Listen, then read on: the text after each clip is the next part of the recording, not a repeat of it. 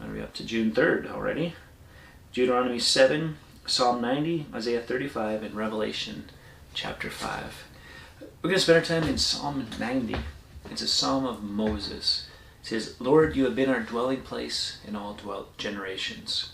Before the mountains were brought forth, or ever you had formed the earth and the world, from everlasting to everlasting, you are God. Moses understood it. He wanted the people to understand it. We're to understand it. We have a God that defies time. He created time. He's outside of it, though. He's from everlasting to everlasting. It's this idea, like, you can't just put a time on him. He's really old. No, he's eternal. You return man to dust and say, Return, O children of man. For 1,000 years in your sight are but as yesterday when it is past, or as a watch in the night. Peter will take this idea and say, a day is unto the Lord as 1,000 years. Right? It's just nothing. It's like, oh, that was yesterday, and 1,000 years have gone by. You sweep them away as with a flood. They are like a dream, like grass that is renewed in the morning. In the morning it flourishes and is renewed. In the evening it fades and withers. The cycle of life there, right?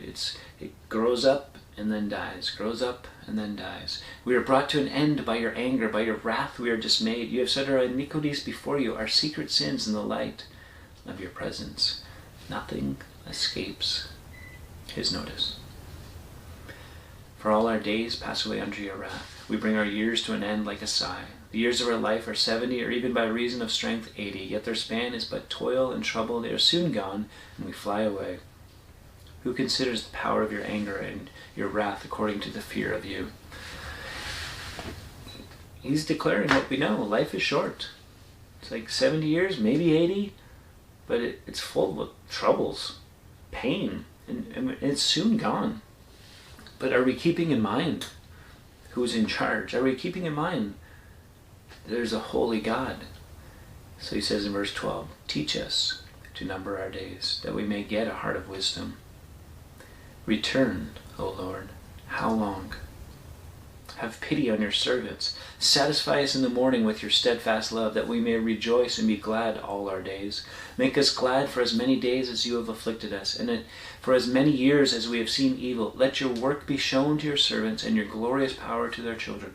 Let the favor of the Lord our God be upon us, and establish the work of our hands upon us. Yes, establish the work of our hands. Make it all count, man. Make it all count, woman. Don't let life just pass you by. Someday, one day, when I get this, then I'll do that. When the kids are out of the house, then we can do this. Sometimes we've got reasons, we got excuses. But teach us to number our days, that we may get a heart of wisdom. We don't know how many days we have, so we're to make them count. And in that comes wisdom. Why? Because we're going to then apply the knowledge that God's given to us for the moments that he's given for us. But if we don't think eternally, and we think we've got time, if we think it's no big deal, someday I'll get to it, one day I'll figure it out, there's a lack of wisdom there. But his steadfast love, we rejoice in that, and we are glad all our days. And so we desire, God, that's what Moses says, your favor be upon us. Of course, that's what we want, right? And he says, establish the work of our hands. Establish the work of our hands. Allow that to go. Allow that to be something that you think about even today. Let the favor of the Lord our God be upon us. We like that, but establish the work of our hands upon us. Yes, establish the work of our hands. Don't let me be idle. Don't let the days just pass me by. Because I'm counting them, I'm numbering the days, so I can get the wisdom of the Lord, and then I can apply that wisdom to my life. And then let the work of my hands, God, be blessed by you. Let the things that I do be honoring to you, glorifying for you, and good for me and for those around me. Till next time, keep growing little by little.